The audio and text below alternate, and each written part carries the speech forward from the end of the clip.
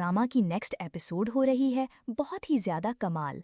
अरीबा ने बुशरा की बातों में आने के बाद घर से चोरी भी कर ली ताकि वो पैसे आमिल बाबा को दे सके और फिर उसका काम हो जाए। लेकिन जैसे ही उसे पता चला कि बुशरा छुट्टी के लिए अपने गांव वापस चली गई है तो उसे बहुत ज़्यादा हैरत होती है कि बुशरा कैसे जा सकती है। लेकिन वो ये नहीं जानती कि उसके साथ कितना बड़ा धोखा हो चुका है। उसकी फुफ्फो जो कि सारी बातों से अच्छी तरह से वाकिफ़ हैं, यहाँ तक कि बुशरा के मशवरे से लेकर अरीबा की चोरी तक और फिर सब इसका सामान बेचने तक सारे किस्से से उसको अच्छी तरह से वाकिफ़ है।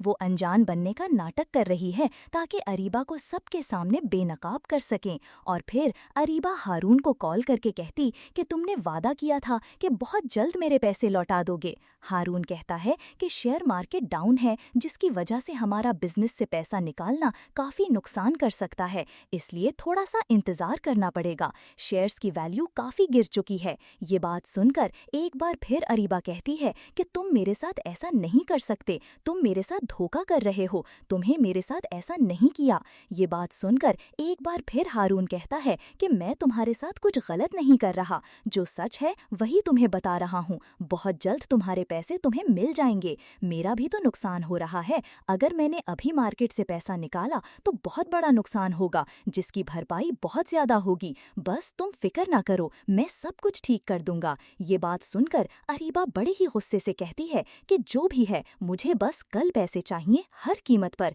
मुझे मेरे पैसे मिल जाने चाहिए। हारून अब बहुत ही ज़्यादा परेशान है। वो अरीबा को अच्छी तरह से जानता है कि अरीबा को अगर पैसे ना मिलें तो वो किसी भी हद तक जा सकती है, इसलिए वो बहुत ही ज़्यादा परेशान है। और आखिरकार अरीबा से वादा करता है कि ठीक है, तुम्हें पैसे मिल जाएंगे, लेकिन इस बारे में तुम किसी से कोई बात शेयर नहीं करोगी। अरीबा कहती है कि मुझे क्या ज़रूरत किसी को तुम्हारे बारे में बताने की, मुझे सिर्फ और सिर्फ गर्ज अपने पैसों से है, बस मेरे पैसे मिल जाएं। उसके बाद मैं किसी किस्म की कोई बात नहीं करना चाहती और ना ही तुमसे किसी किस्म का कोई ताल्लुक रखना चाहती हूँ। ये बात सुनकर अब बहुत ही ज़्यादा हारून भी परेशान रहता है। शहरियार ताबेइन से कहेगा, मैं बहुत ही ज़्यादा खुश हूँ, जब से तुमने मुझे शादी के लिए हाँ कहा है तब से मैं बहुत ही ज़्यादा बेसब्र हो गया हूँ। मैं चाहता हूँ कि तुम जल्द से जल्द मेरे साथ शादी कर लो। ताबेइन जवाब देती है, तुम फिक्र मत करो, मैं तुम्हारे साथ ही शादी करूंगी। मगर फिर भी वो अयान को दिल से निकाल नहीं पा रही होती। उसने शहरियार से शादी के लिए हाँ तो कर दी है,